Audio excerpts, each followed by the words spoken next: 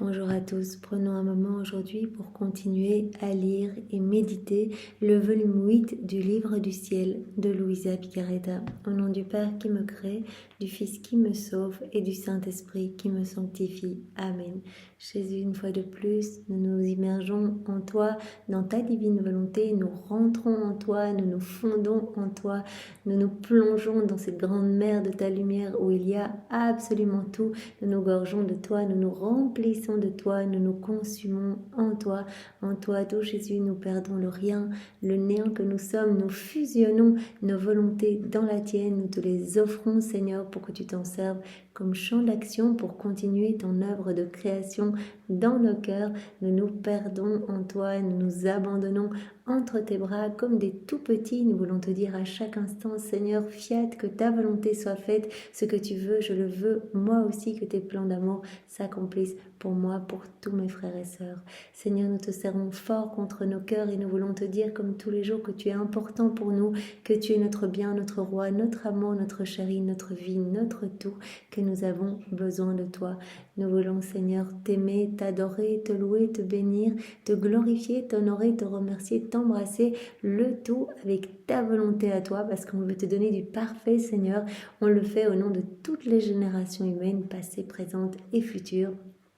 Avec cette intention, Seigneur, de te donner tout l'amour que les autres ne te donnent pas. Nous voulons réparer pour tous les péchés des hérétiques, des infidèles, des schismatiques, des sectaires, de tous ceux qui se débaptisent, tous ceux qui n'ont pas ou plus foi en ta miséricorde, tous ceux qui commettent des actes sacrilèges, tous ceux qui prononcent des paroles blasphématoires, tous ceux qui saccagent tes églises, tous ceux qui ne t'aiment pas, tous tes baptisés, Seigneur, qui ne te reconnaissent pas, qui ne viennent même pas à la messe t'honorer le dimanche, tous ceux qui vraiment critiquent ta maman, ne la reconnaissent pas. Oh Seigneur, tant d'offenses, tant de froideur, tant d'indifférence qui blesse ton cœur et blesse le cœur de ta Sainte Mère. Ce que nous entendons réparer par l'offrande de ce que nous sommes, Seigneur. Nous voulons vraiment nous offrir à toi en sentinelle d'amour et te donner continuellement toute la gloire que tu aurais dû recevoir des hommes s'ils n'avaient pas quitté ta divine volonté. Nous voulons également, voilà, comme Louisa t'avait fait cette offrande et que cela t'avait fait tellement plaisir, nous te la réoffrons, nous aussi, nous t'offrons toute la gloire. Jésus, nous voulons t'offrir toute la gloire à chaque instant dans nos vies, par nos battements de cœur, nos battements de cils, nos mouvements, nos actes. Nous voulons à chaque instant t'offrir toute la gloire que tu aurais dû recevoir de tous tes saints dans le ciel si tous leurs actes avaient été accomplis dans ta divine volonté sur la terre. Nous voulons te donner toute la gloire que tu aurais dû recevoir de toutes les âmes qui se trouvent en enfer, toutes les âmes damnées, réprouvées. Si ces âmes n'avaient pas choisi délibérément de s'arracher de ton cœur pour aller se perdre, nous voulons te donner toute la gloire que tu devrais recevoir des âmes qui se trouvent au purgatoire et toute la gloire que tu aurais dû recevoir des éléments créés s'ils avaient été dotés de raison. Mais nous sommes les seuls à avoir reçu cette raison aussi, Seigneur. Nous prêtons nos bouches, nos voix aux éléments créés pour faire résonner partout des chants de louange, d'amour et d'adoration pour toi. Oui, Seigneur, nous nous offrons totalement à toi et nous te demandons d'être notre sentinelle comme nous voulons être nous voulons être les tiennes, sois notre sentinelle à chacun pour que nous puissions rester fidèles, que nous puissions rester constants à faire nos actes et à te réjouir, Seigneur. Nous voulons être tout ton contentement et que tu sois tout le nôtre.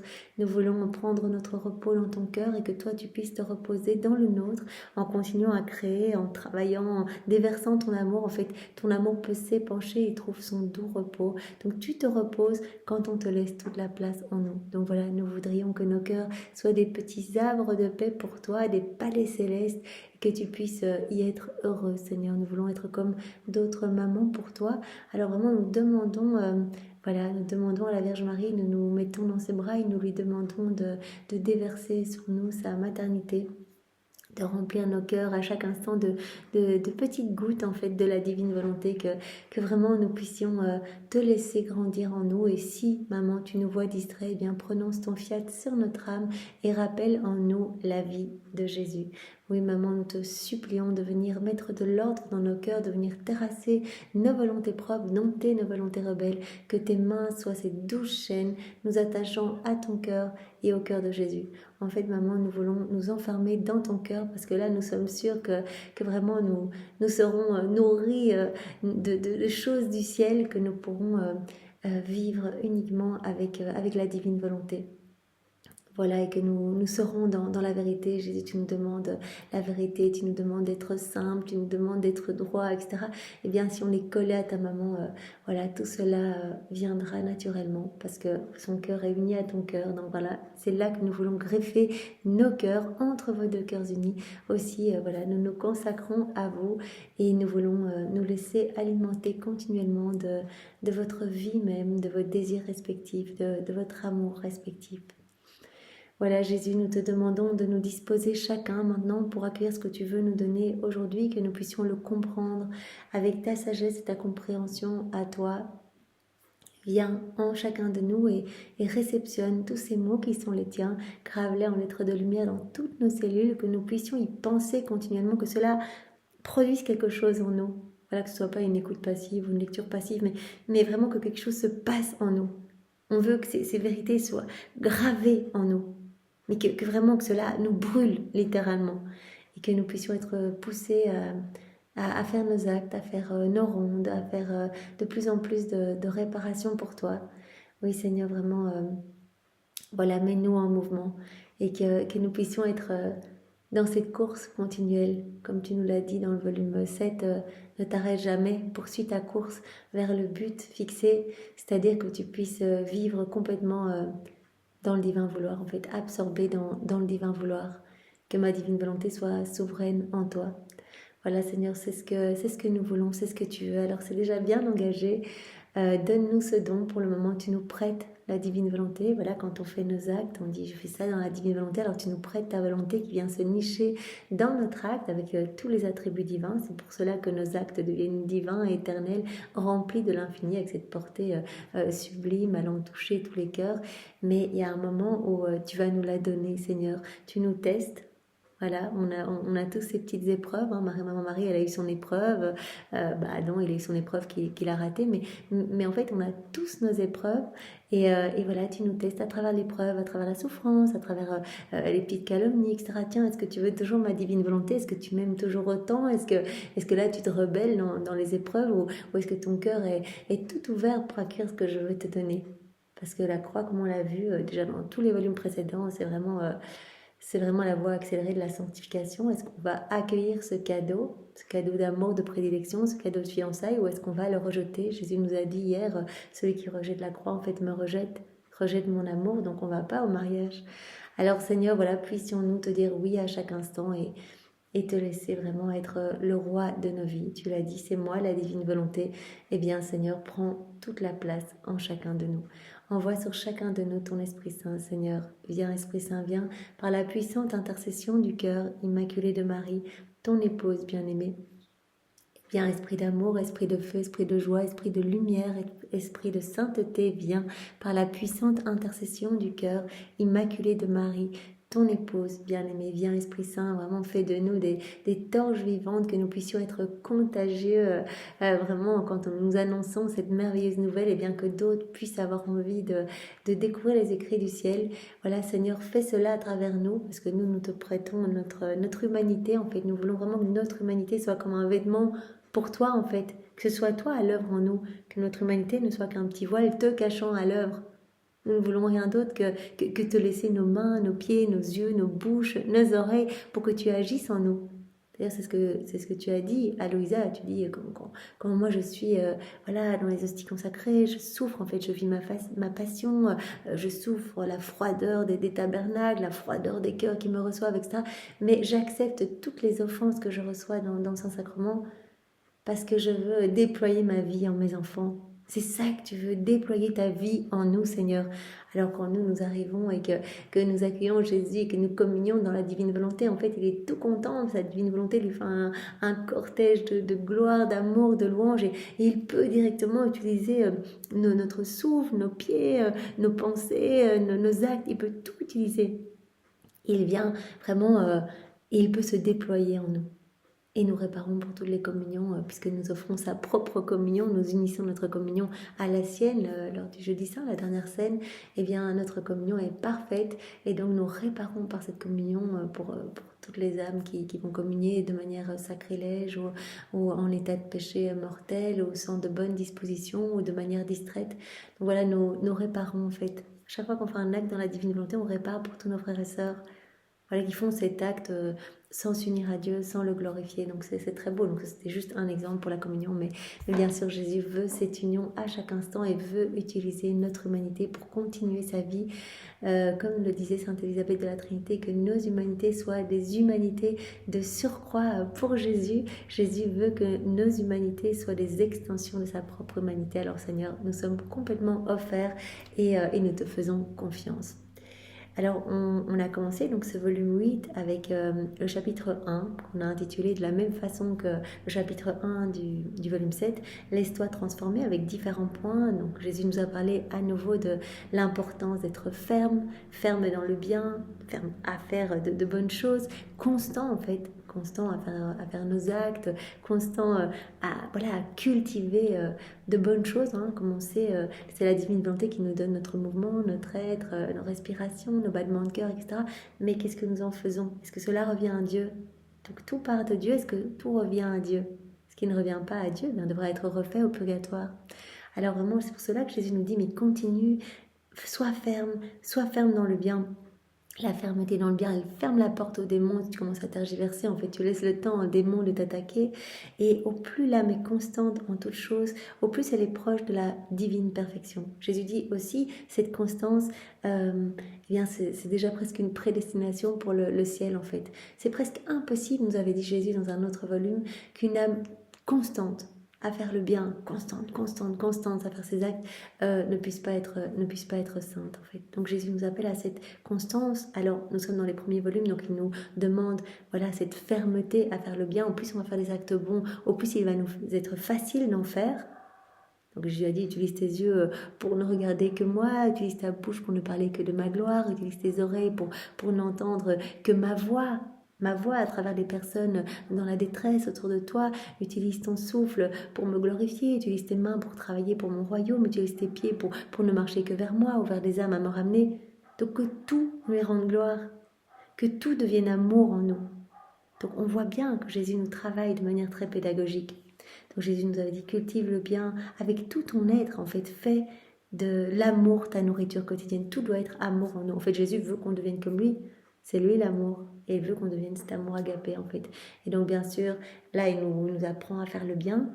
Mais on va comprendre à travers les volumes que ce qu'il nous demande, c'est d'être constance à faire nos actes. Parce que son but, c'est qu'on vive dans sa volonté. Donc, qu'on soit constant à faire nos actes et vraiment... acte après acte, on nourrit. En fait, c'est une petite nourriture.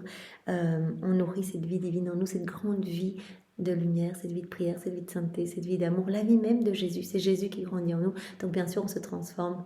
Et chaque fois qu'on fait un acte, Jésus élargit notre cœur pour nous donner plus de son amour. Il élargit aussi les frontières du royaume de sa divine volonté. Donc, on aime de plus en plus et il nous est de plus en plus facile d'en faire. Donc, c'est exponentiel. Au plus on va faire le bien, au plus on va avoir envie de faire le bien, au plus on va faire des actes dans la divine volonté, au plus on va avoir envie d'en faire, etc. Au plus il va nous être facile d'en faire.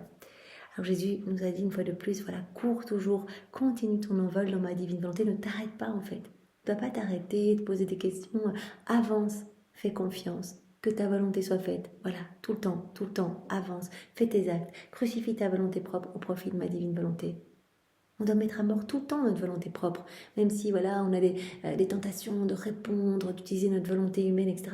Jésus dit, c'est ça le martyre de l'attention. Non, crucifie ta volonté propre et ma volonté divine va grandir en toi. Et il te sera de plus en plus facile de le faire puisque je vais prendre de plus en plus de place en toi, donc tu vas acquérir ma paix, tu vas acquérir ma simplicité, tu vas acquérir mon calme, ma tendresse, tu vas devenir amour, tu vas devenir de plus en plus lumière, etc. Alors Jésus nous a dit également dans un autre point, je veux que tu arrives à ton néant, c'est quelque chose qui revient depuis le premier volume. Au début Jésus nous parlait de l'humilité, maintenant il utilise vraiment le terme néant, je veux que tu te vides de tout pour me laisser toute la place. Offre-moi le rien que tu es pour que je puisse te remplir. Il ne peut pas y avoir ta volonté à l'œuvre en toi et la mienne. Il n'y a pas la place pour les deux. Donc il faut choisir et à chaque acte tu as le choix.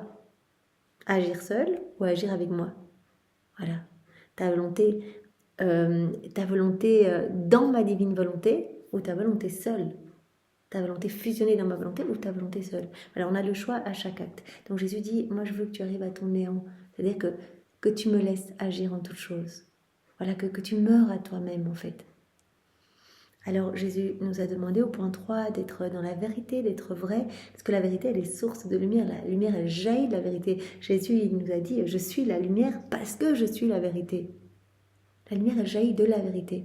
Donc Jésus nous a appelés à être droit, à être honnête, à agir avec rectitude, vraiment en conformité avec vraiment les commandements, etc. Vraiment être dans...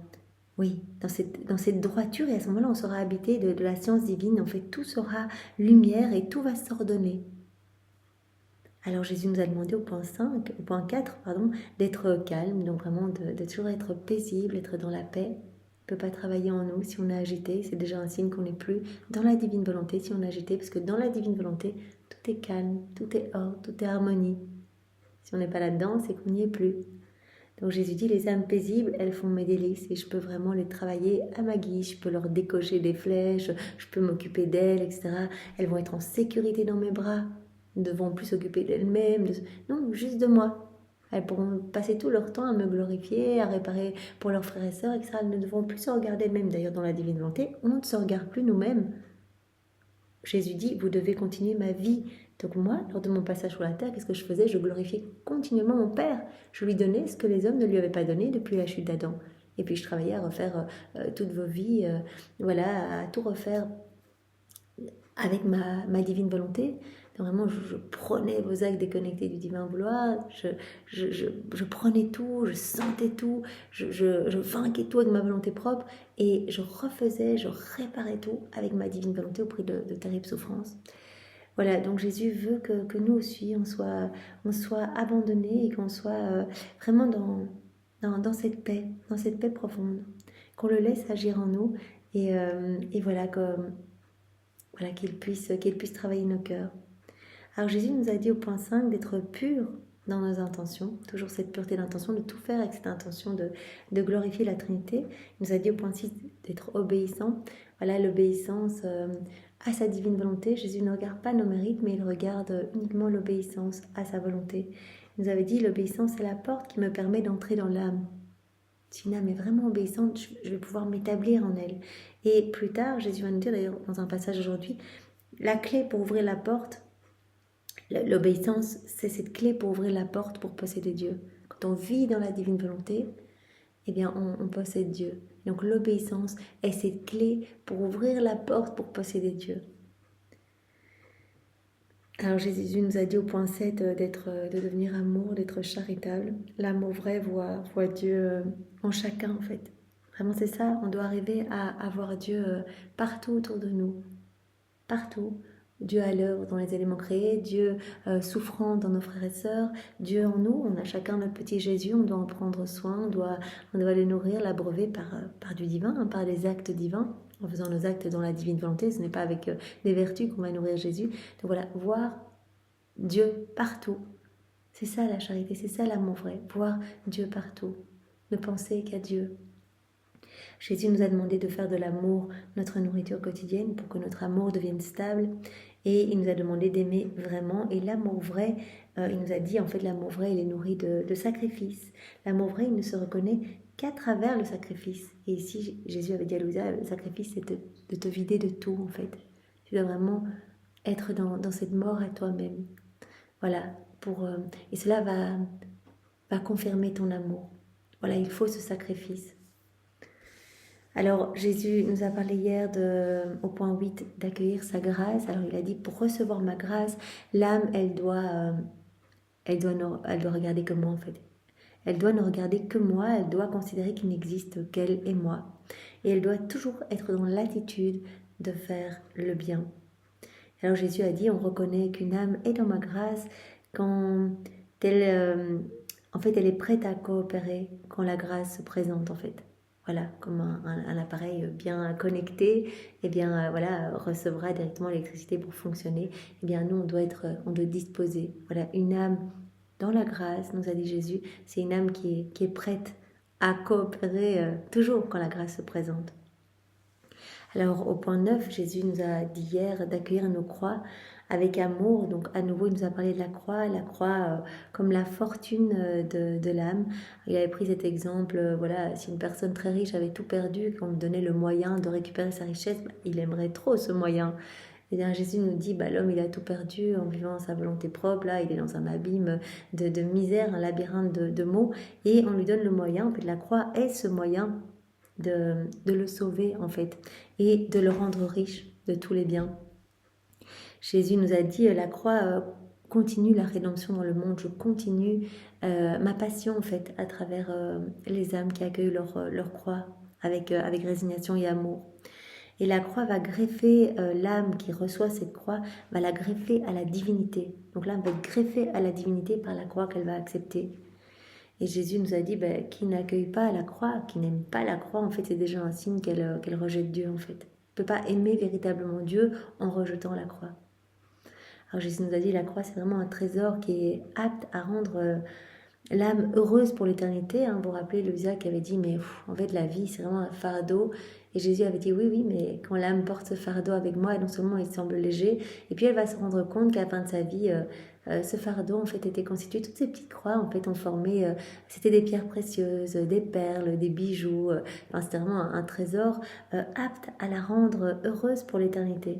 Donc nos croix vont former notre béatitude éternelle.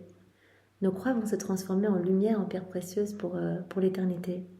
Tout ce qu'on aura accueilli ici, vous vous rappelez aussi cette fête de la croix là dans le ciel, et Louisa avait vu que tous ceux qui avaient le plus souffert sur la terre, voilà, les âmes qui avaient souffert secrètement, les âmes victimes, mais aussi voilà, les martyrs, ils avaient des croix super lumineuses et glorieuses dans le ciel, les plus grandes croix et les croix les plus lumineuses.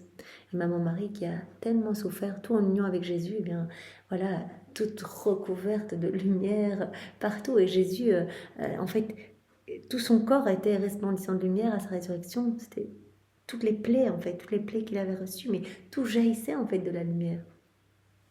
La lumière jaillissait de toutes ces plaies. Alors Jésus nous a dit aussi que la croix, c'est le meilleur moyen pour savoir si on aime vraiment Dieu. Voilà, c'est comme ce cadeau de fiançailles, puisque son amour est croix. Donc si on accueille la croix, eh bien on accueille l'amour de Dieu. Alors Jésus dit, alors on peut aller plus loin, on peut aller aux noces. Mais si l'âme rejette la croix, eh bien en fait c'est un signe que vraiment elle rejette mon amour en fait. Alors Louise avait dit, mais il y a d'autres moyens quand même de voir qu'une âme t'aime, les sacrements, les vertus. Et Jésus a dit, mais les sacrements, l'âme peut y aller mal disposée, finalement, elle peut aller me recevoir mais en pensant à autre chose, elle peut aller se confesser juste par habitude, ou comme ça, en se moquant de moi, en n'ayant pas l'intention de changer. Donc, c'est pas un signe certain que l'âme m'aime, mais quand l'âme accueille la croix avec patience, ça, il y a une touche divine. Il y a un amour divin là derrière. Parce que dans notre nature humaine, on n'est pas enclin à aimer la souffrance. On est plutôt réfractaire à la souffrance. Donc l'âme qui aime la croix, voilà, elle est vraiment... elle reçoit cette touche divine en fait, et elle aime d'un amour divin. Alors Jésus nous a dit, la croix c'est le pain de la béatitude éternelle. Donc voilà, au plus on a de souffrance, au plus on a de privation ici, au plus on aura de béatitude dans le ciel. Voilà, Louisa, toutes ces privations quand on ne voit pas Jésus, Jésus a dit, mais tu auras beaucoup de béatitude dans le ciel. Voilà, une âme qui, comme Jésus avait dit, qui est là, paralysée dans son lit. Ici, on connaît des personnes malades qui ne peuvent pas bouger, qui sont seules, qui n'ont pas grand-chose. Voilà, et bien Jésus a dit, mais combien de béatitude dans le ciel ? Si elle m'offre toutes ces souffrances, en fait, elles vont pouvoir se balader dans les cieux de mes vertus. Chaque vertu est un ciel, et cette âme pourra se balader, et tout sera pour elle, pourra prendre possession de tout. Et donc, voilà, accueillons. Et comme Jésus nous dépouille de tout et nous donne cette grâce vraiment de cette sainte indifférence, en fait, c'est assez facile. Il nous détache et il nous récompensera de nous être détachés en plus en disant, mais regarde, là, t'as pas voyagé, t'as pas été au restaurant, t'as pas fait tous ces hobbies, t'as pas été dans les jouissances du monde. Oui, mais c'est facile, c'est toi qui m'en as donné la grâce, Seigneur. Mais Jésus nous récompensera. Il dit, voilà, au moins tu as de plaisir ici, au plus tu en auras dans le ciel. Voilà. Et alors, on avait terminé par Jésus qui disait à Louisa, accueille la croix Et à travers elle, il nous disait à chacun, accueille toujours ta croix et ne pose pas des questions. Ne te demande pas pourquoi cette croix, pourquoi ci, pourquoi ça, pourquoi les châtiments, etc. Donc Jésus avait dit, la réponse à ces pourquoi, voilà, elle ne se trouve pas sur la terre. Vous comprendrez dans le ciel. Mais de toute façon, c'est moi qui suis aux commandes de tout. C'est moi qui autorise tout. Et donc, tu ne dois pas te poser voilà, 1000 questions. Parce que sinon, en fait, tu vas t'embourber dans des raisonnements et tu ne seras plus dans mes bras. Accueille, accueille et dis, si tu le veux, Seigneur, je le veux moi aussi. Alors Jésus avait dit, mais d'où viennent ces pourquoi? En fait, ça vient de l'égoïsme qui est nourri par l'amour-propre, par l'ego. Et alors Jésus dit, mais tu sais où ont été créés ces pourquoi en enfer? Qui était le premier à prononcer ce pourquoi? Satan. Et Jésus nous a dit aussi, les effets du premier pourquoi furent la perte de l'innocence dans le paradis terrestre, la guerre des passions indomptables, la ruine de beaucoup d'âmes et les misères de la vie. Donc l'histoire du pourquoi est longue et Jésus avait dit, mais tous les mots dont le monde est chargé, en fait, portent l'empreinte, tous ces mots portent l'empreinte du pourquoi. Donc c'est vraiment la destruction de la sagesse divine dans les âmes, ce pourquoi. Et cette question de pourquoi sera enterrée en enfer. Voilà. Donc l'art du pourquoi, c'est de faire la guerre aux âmes sans répit. Donc en fait, on ne trouvera pas la réponse. Donc Jésus nous appelle à cet abandon complet et dire, Seigneur, je te fais confiance. Tu nous aimes chacun, autant que tous les autres réunis. Tu sais combien de cheveux on a sur notre tête. Ton amour brûle pour nous, c'est un amour personnel. Tu as refait chacune de nos vies. Tu souffres chacune de nos pensées déconnectées de ta volonté, chacun de nos pas, chacun de nos mouvements. C'est une mort que l'on t'inflige. Et tu brûles, tu nous aimes et tu accueilles tout pour nous par amour. Alors, je choisis d'être dans cette confiance et de ne pas me poser ces questions pourquoi, mais de dire mais toi tu m'aimes, tu es mon père et tu veux le meilleur pour moi. Point. Alors j'accueille ce qui m'arrive et voilà. Et je te rends grâce pour ce que tu autorises dans ma vie, pour le salut de mon âme, pour ma sanctification, pour la sanctification de ma famille, de tous les hommes. Voilà, je te rends grâce et j'accueille. Donc vous voyez, cet abandon, Jésus nous le demande tout le temps. Alors aujourd'hui, on va rentrer dans le point 10. Viens vivre dans ma volonté. Alors Jésus nous dit, l'âme qui vit totalement abandonnée dans ma volonté, elle prend possession de Dieu. L'âme qui vit en moi, abandonnée dans ma volonté, elle possède Dieu dans cet abandon complet. À la date du 23 juin 1907.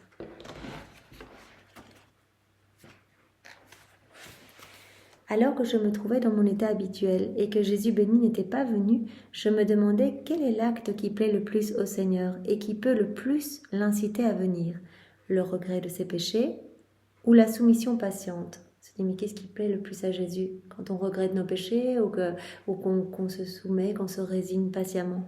Pendant que j'entretenais ces pensées, il vint brièvement et me dit, ma fille, l'acte le plus beau et qui me plaît le plus, c'est l'abandon total dans ma volonté.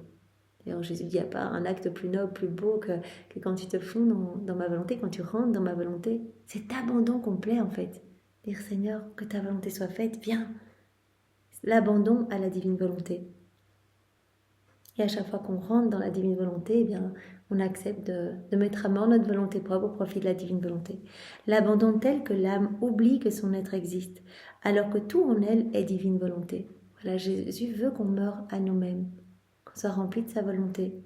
Même si le chagrin pour les péchés est louable, il ne détruit pas l'être propre de la personne, mais s'abandonner complètement à ma volonté détruit l'être propre et l'amène à reprendre possession de l'être divin. Voilà, quand on repense à nos péchés, en fait, on est centré sur nous-mêmes, et donc ça ne détruit pas notre être propre. Ça ne nous fait pas rentrer en possession de Dieu. Tandis qu'un abandon complet, Seigneur, que ta volonté soit faite, fiat, fiat, fiat à chacun de nos actes, eh bien ça détruit notre être propre et ça nous fait rentrer en possession de Dieu. C'est Dieu qui grandit de plus en plus en nous. Quand on fait nos actes, la Trinité est établie en nous, réellement et non mystiquement. Et voilà, donc on rentre en possession de Dieu, de l'être divin. En s'abandonnant dans ma volonté, l'âme me donne plus d'honneur, parce qu'elle me donne tout ce que je peux demander à la créature, et qui me permet de reprendre en moi ce qui est sorti de moi. Elle me fait plaisir, parce qu'en fait elle me donne sa volonté. C'est la seule chose qu'elle peut me donner, en fait. Quand elle m'offre à chaque acte sa volonté en disant que ta volonté soit faite, elle me fait plaisir, et elle me permet de reprendre en moi ce qui est sorti de moi. Elle me donne tout. Elle m'honore complètement. Et l'âme en vient aussi à retrouver la seule chose qu'elle doit posséder, c'est-à-dire Dieu avec tout ce qu'il possède. Et en s'abandonnant complètement dans ma divine volonté, en s'abandonnant en chacun de ses actes, eh bien l'âme va acquérir la seule chose qui est importante finalement, posséder Dieu. Voilà, l'âme en vient ainsi à retrouver la seule chose qu'elle doit posséder, c'est-à-dire Dieu et tout ce qu'il possède, tous les attributs de Dieu, tout. Tant qu'elle demeure totalement dans la volonté de Dieu, l'âme possède Dieu. Si elle quitte ma volonté, elle retrouve son être personnel avec tous les maux de la nature corrompue. Si on est totalement abandonné, que ta volonté soit faite, on possède Dieu. Voilà, on possède Dieu avec tout ce qu'il possède. Mais si on agit tout seul, en fait qu'on n'est pas abandonné, si on quitte la divine volonté, eh bien on va retrouver alors notre être personnel avec toutes nos misères, nos maux, notre nature corrompue. Donc l'âme qui vit complètement abandonnée dans ma volonté, elle prend possession de moi, elle prend possession de la Trinité, de tout en fait. Elle va posséder ma divine volonté comme vie. La divine volonté qui est la fontaine de tous les biens, de tous les bienfaits, de tous les bonheurs célestes, de tous les attributs divins, de tout. Alors, un autre point qui va dans ce sens, celui du 3 octobre 1907. Voilà, c'est juste une phrase. C'est Jésus qui parle. La volonté de Dieu fait prendre possession de Dieu. Voilà, on laisse la divine volonté agir en nous, on s'abandonne dans la divine volonté, on prend possession de Dieu. Et l'obéissance est la clé pour ouvrir la porte et prendre cette possession, comme on l'avait déjà dit. L'obéissance est cette clé qui permet d'ouvrir la porte et de prendre possession de Dieu. L'obéissance à la divine volonté. Donc cet abandon complet permet à l'âme de prendre possession de Dieu et de tout ce qu'il possède. Donc ensuite, Jésus disparaît. Alors point 2, l'âme qui vit dans ma volonté est toujours bien, à la date du 25 juin 1907.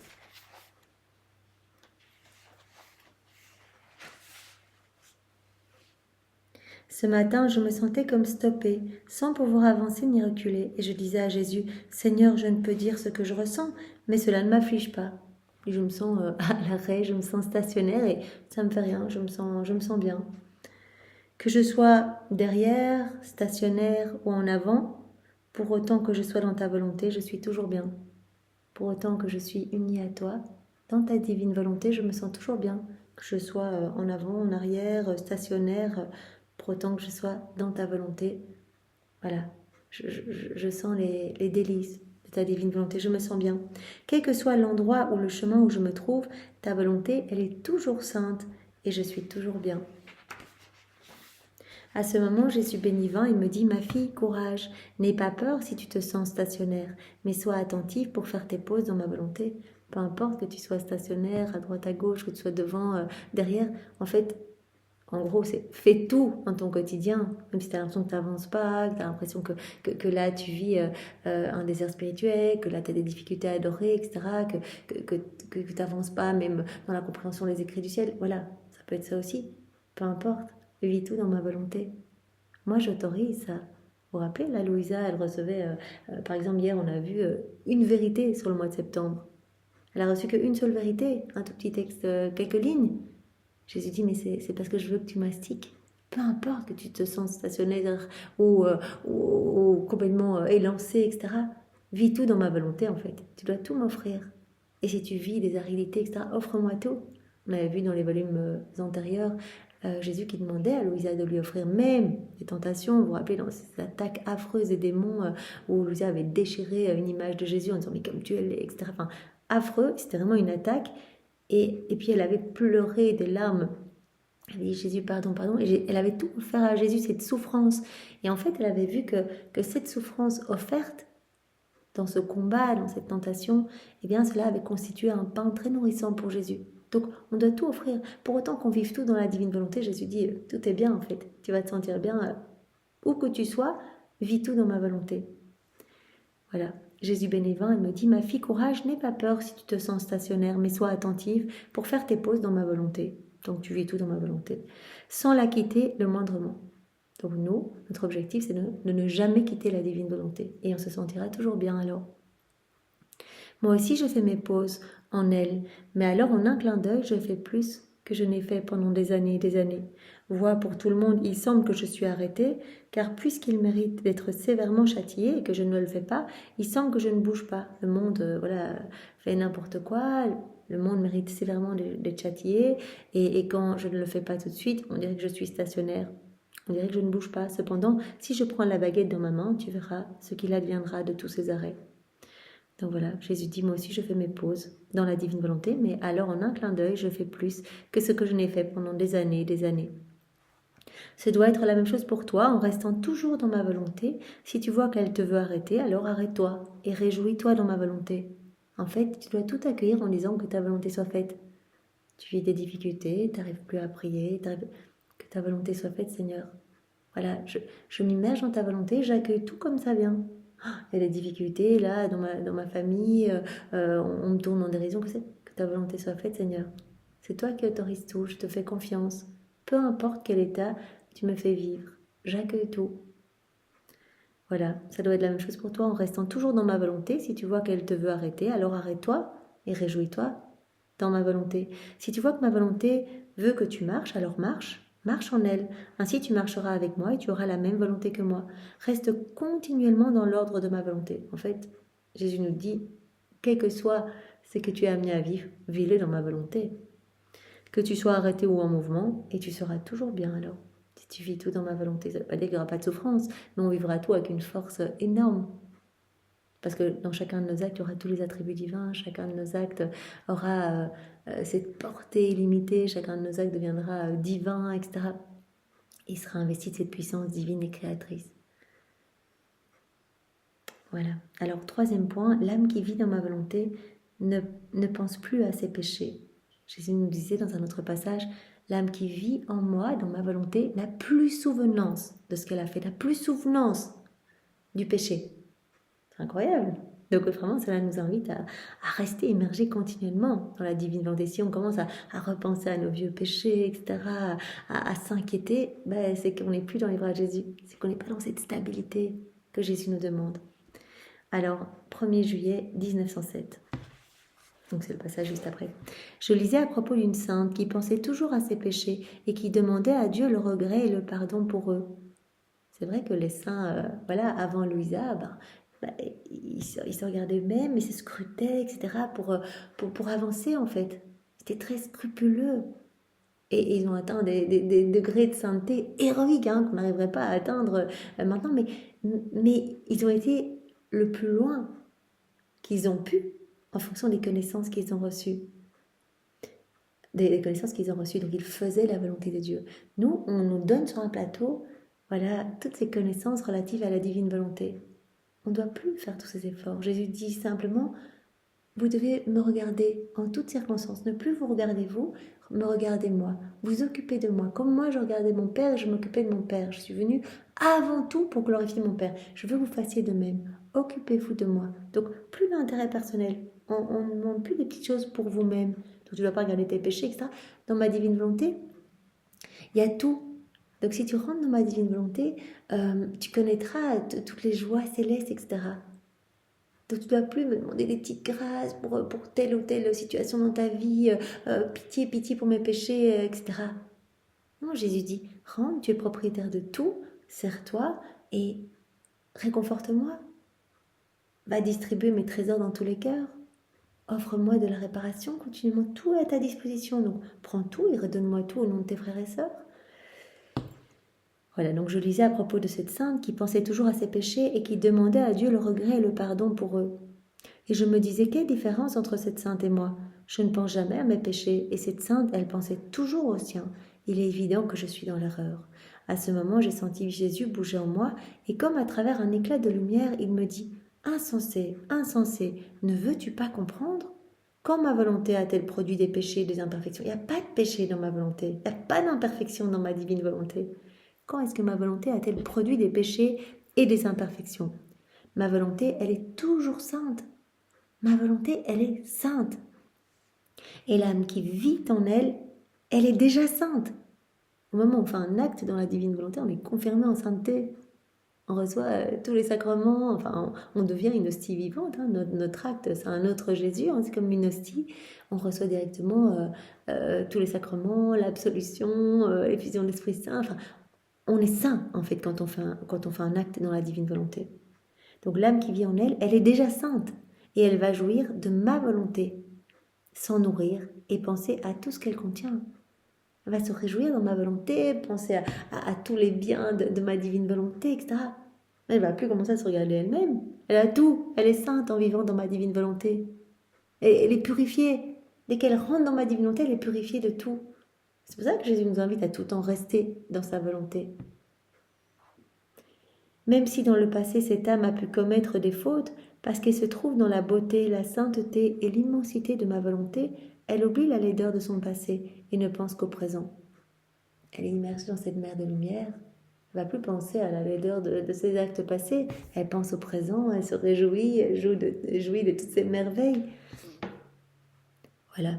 Elle oublie la laideur de son passé et ne pense qu'au présent, à moins qu'elle ne quitte ma volonté. Dans ce cas, parce qu'elle est revenue dans son être, ce n'est pas surprenant qu'elle se souvienne de ses péchés et de ses misères. Donc Jésus nous dit, si vous commencez à ressasser sur vos péchés du passé, c'est que non, vous n'y êtes plus dans ma volonté.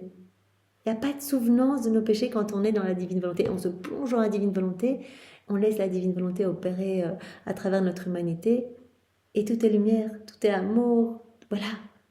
Donc on n'a plus de souvenance de nos péchés. Voilà. Si elle quitte ma volonté, dans ce cas, elle revient dans son être, et c'est pas surprenant qu'elle se souvienne alors de ses misères. Garde bien dans ton esprit que dans ma volonté, ces pensées de péché et de soi-même ne peuvent pas rentrer. Il n'y a pas tout ça. Ma volonté, elle est sainte. Donc il n'y a pas ces pensées sur soi-même, sur nos péchés, etc. Ça ne peut pas rentrer dans ma divine volonté. Si l'âme les ressent, cela signifie qu'elle n'est pas stable, qu'elle n'est pas bien fixée en moi, mais qu'elle me quitte parfois. On a des retours sur nous-mêmes quand on pense à nos péchés. C'est une bonne...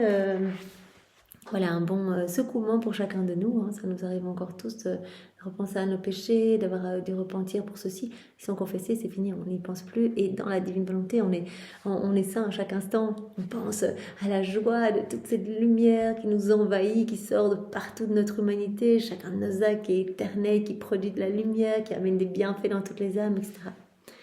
Par la suite, alors que je me trouvais dans mon état habituel, j'ai vu Jésus pendant un bref moment. Il m'a dit, ma fille, la vérité, même si elle est persécutée, on ne peut faire autrement que de la reconnaître comme telle. Et le temps vient où même la vérité persécutée sera connue et aimée.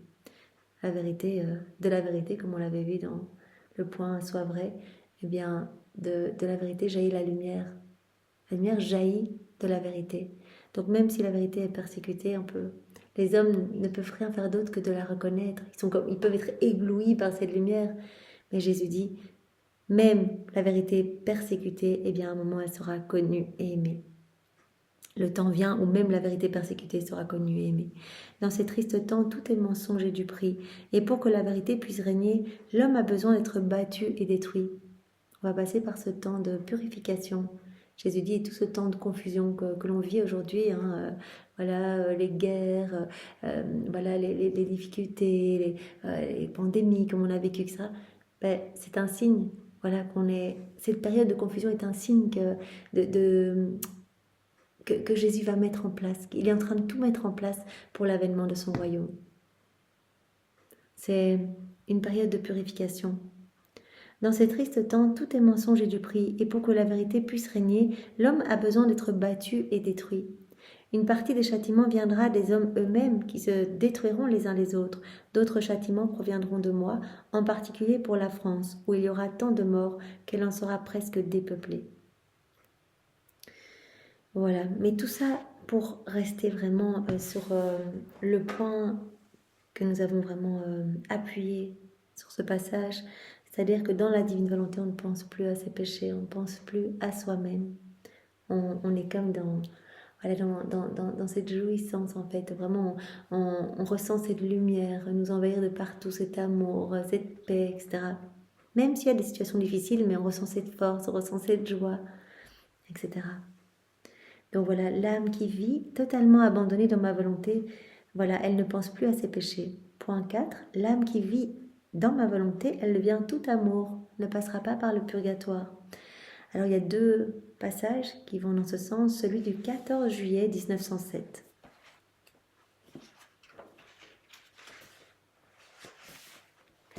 Étant dans mon état habituel, Jésus vint brièvement et sans réfléchir, je lui dis « Seigneur, hier j'ai été à confesse, si j'étais morte et vu que la confession remet les péchés, ne m'aurais-tu pas amené directement au ciel ?»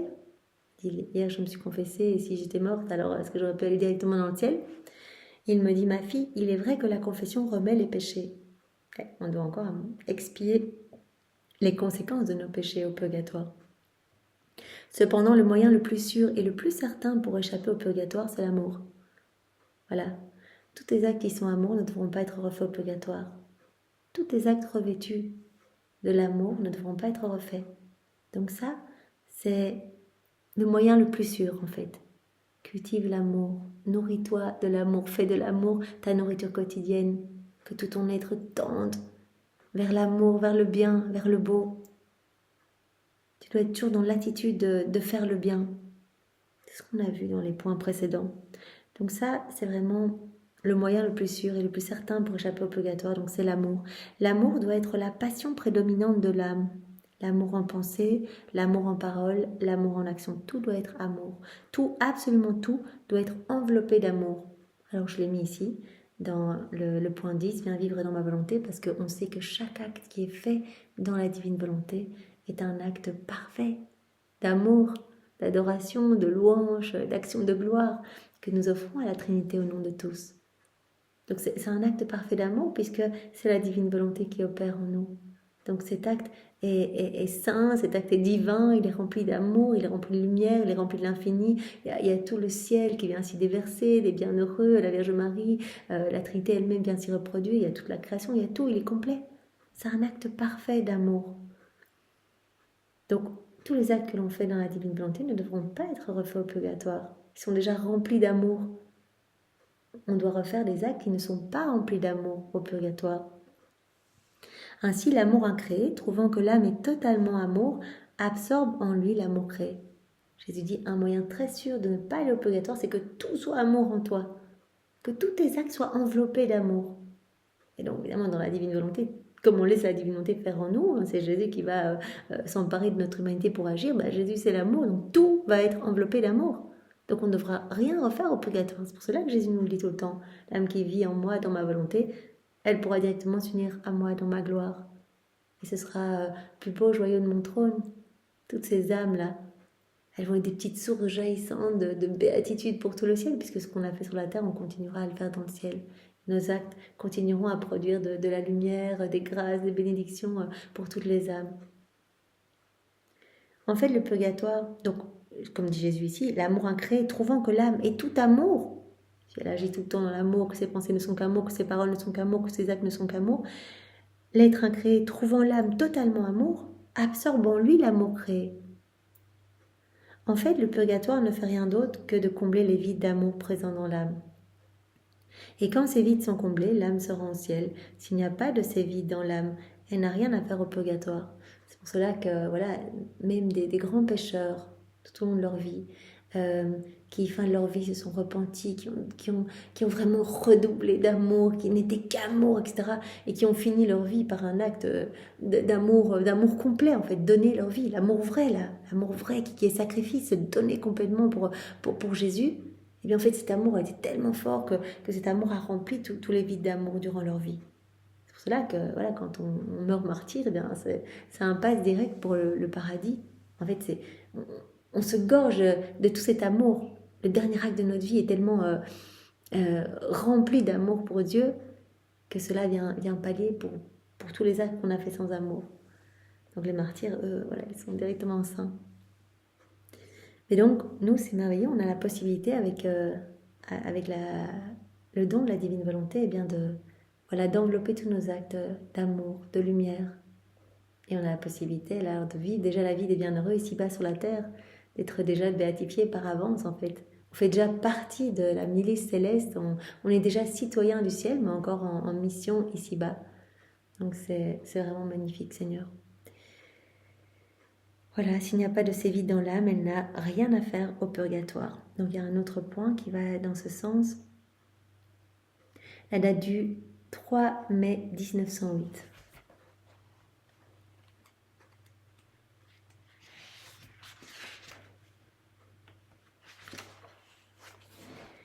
J'étais dans mon état habituel.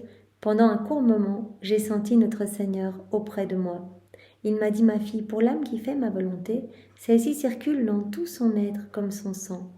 Ainsi, cette âme est en contact continuel avec moi, avec ma puissance, ma sagesse, ma charité et ma beauté. Voilà, l'âme qui vit en moi, qui vit dans ma divine volonté, en fait, c'est ma divine volonté qui circule complètement, qui la remplit complètement, qui circule en elle comme le sang circule en elle. Elle est en contact continuel avec moi.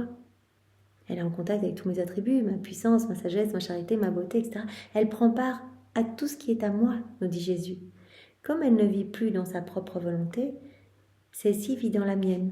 Sa volonté est absorbée dans ma volonté. Et comme ma volonté circule dans sa volonté circule dans tout mon être. Donc, ma volonté circule en elle et sa volonté circule en moi. Et je sens continuellement son contact. Le tout qui s'enclôt dans le néant et le néant qui se perd dans le tout. Je sens continuellement son contact. Tu ne peux pas comprendre combien, à cause de cela, je me sens portée à l'aimer, à la favoriser, à répondre à chacune de ses demandes. Puisque on est rempli de lumière, on est rempli de divin, on possède la divine volonté comme vie. Et bien quand on fait une prière, Dieu le Père entend ses propres prières, Jésus entend ses propres prières. En fait, le Père voit d'autres Jésus à l'œuvre quand on laisse la divine volonté opérer à travers notre humanité. Voilà, tu ne peux pas comprendre combien à cause de cela je me sens portée à l'aimer, à la favoriser, à répondre à chacune de ses demandes. Si je ne lui répondais pas, c'est à moi-même que je ne répondrais pas. En effet, puisqu'elle vit dans ma volonté, ce qu'elle demande n'est rien d'autre que ce que moi-même je veux. On a une volonté commune, une vie commune, voilà, des désirs communs. C'est ça que Jésus dit.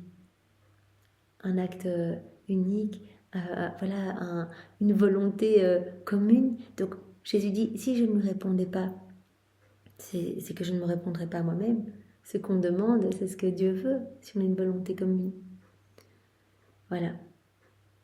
Ce qu'elle demande n'est rien d'autre que ce que moi-même je veux, et parce qu'elle obtient tout ce qu'elle demande, elle est heureuse pour elle-même et pour les autres. Sa vie est plus au ciel que sur la terre.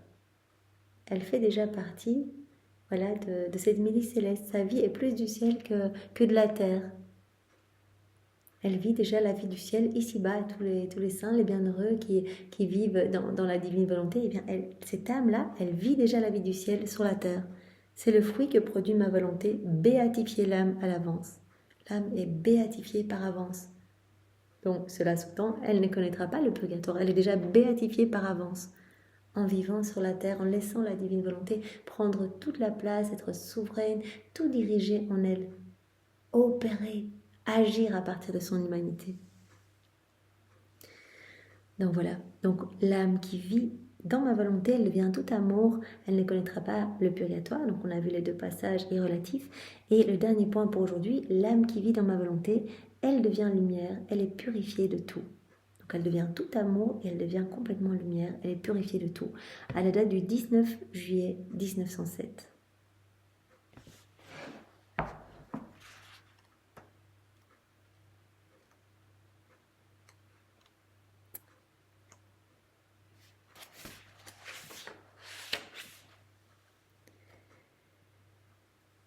Ayant échangé avec quelqu'un sur la divine volonté, j'ai affirmé que si une personne se trouve dans la divine volonté et ressent l'aridité, elle doit garder sa paix. Par la suite, alors que j'étais dans mon état habituel, Jésus me corrigea en me disant « Ma fille, sois très prudente quand tu parles de ma volonté, car ma volonté est si heureuse qu'elle forme notre béatitude même. » Louisa, elle a dit à une personne « Voilà, quand tu te trouves dans la divine volonté et que tu ressens de l'aridité, tu dois essayer de garder de la paix. » Et Jésus dit « Quand tu te plonges dans ma volonté, tu ne ressens plus l'aridité. Tu ne ressens plus cela. Ma volonté est si heureuse qu'elle forme notre béatitude même. La volonté humaine, d'autre part, est si malheureuse que si elle pouvait entrer dans notre volonté, elle détruirait notre bonheur et engagerait la guerre contre nous. Quand on vit dans nos volontés propres, on va ressentir le poids de nos misères, de notre nature humaine, etc. On va être dans ce labyrinthe de vices, de maux, d'iniquités, etc. Mais Jésus dit, quand l'âme rentre dans la divine volonté, qu'elle fait des actes dans la divine volonté, elle va ressentir ces mers de bonheur, de joie, de sainteté, etc. Ni les aridités, ni les tentations, ni les défauts, ni les turbulences, ni le froid ne peuvent cohabiter avec ma volonté. Ça ne peut pas être dans notre volonté, ça. Il n'y a pas les aridités, le froid, les doutes, etc., les énervements, les impatiences. Il n'y a pas cela dans la divine volonté. Ça ne peut pas cohabiter avec notre volonté. Parce que notre volonté est lumière et elle contient toutes les saveurs. La divine volonté est lumière.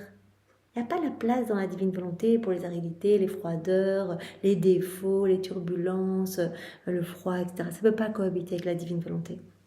La divine volonté est lumière et contient toutes les saveurs. La volonté humaine n'est rien d'autre qu'une petite goutte de noirceur remplie de choses dégoûtantes. Comme Louisa, qui avait dit à Jésus, Jésus avait dit, mais qui es-tu? Elle avait dit, je suis comme une petite goutte noire, alors sans toi, je suis cette petite goutte vilaine, mais avec toi, en fait, je deviens tout. Parce que ma petite goutte, là, je la plonge dans cette mer de lumière et elle devient lumière. Donc on voit vraiment, quand on se plonge dans la divine volonté, on devient lumière, on est purifié. On n'a plus souvenance du péché, etc. Jésus nous purifie.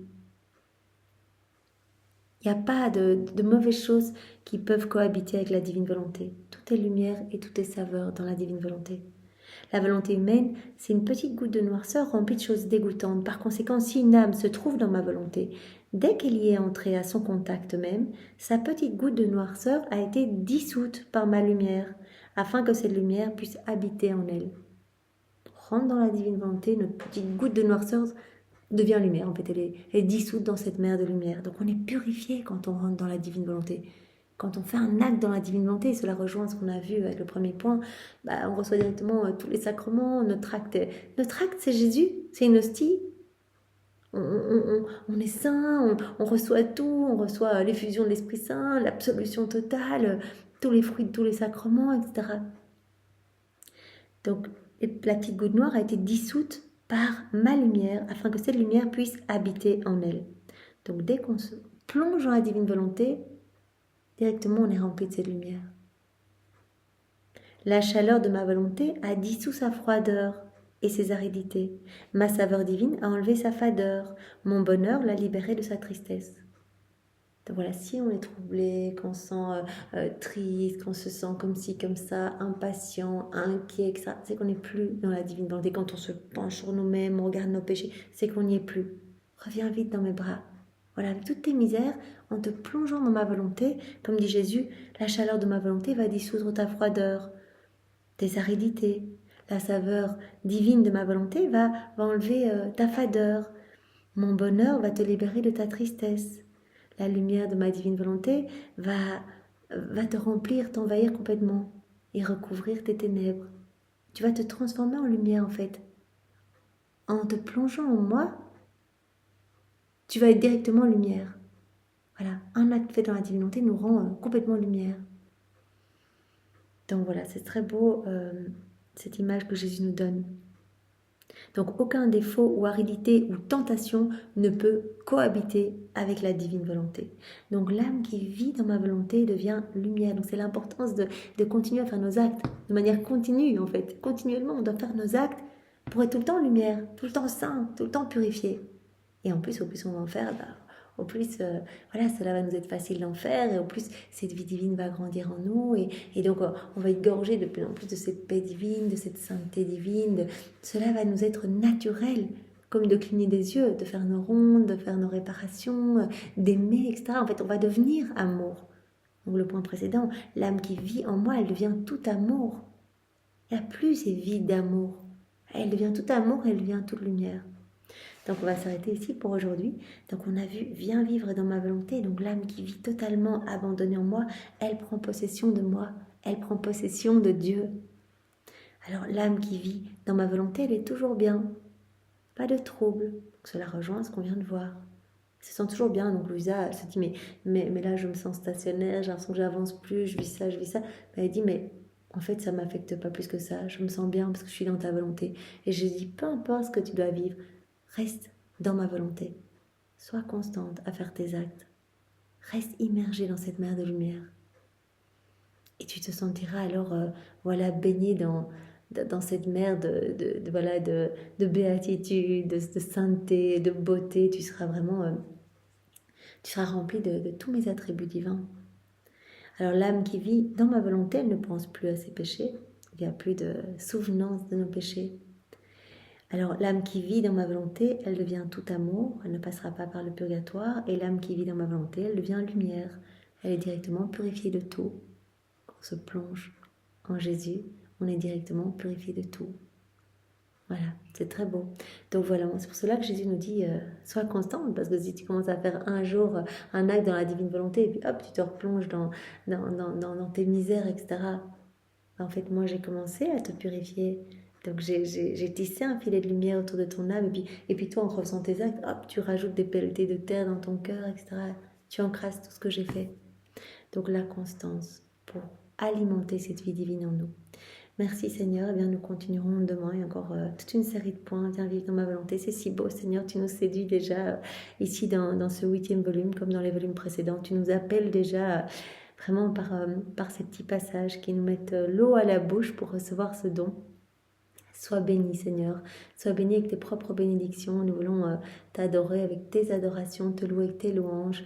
Et nous voulons t'offrir l'amour de Maman Marie, l'amour du Père, l'amour de l'Esprit Saint, l'amour trinitaire, ton amour, Jésus, manifesté partout dans l'œuvre de la création, dans l'œuvre de la rédemption et de la sanctification. On prend tout cet amour, on ajoute le je t'aime et on te le redonne continuellement à chacun de nos actes. On veut également t'offrir tous les actes d'amour de tous les saints à travers les siècles. Voilà, on te donne tous ces actes, on veut te donner tous les actes qui ont été accomplis dans la divine volonté par Adam, par Maman Marie, par Louisa. On te les redonne continuellement. Voilà Seigneur, en remerciement, en action de grâce et en réparation pour ceux qui ne t'aiment pas. Voilà, sois béni Seigneur, et nous nous offrons à toi et nous voulons être totalement identifiés à toi Seigneur. Nous voulons nous enfermer dans ton cœur, qu'il n'y ait même plus un souffle d'écart entre nous, même plus une respiration d'écart entre nous. Viens souder notre volonté à la tienne, que rien ni personne puisse nous détacher de ton cœur, de tes bras Seigneur. Sois béni. Au nom du Père et du Fils et du Saint-Esprit. Amen. Belle journée à tous, soyez tous bénis. Au revoir.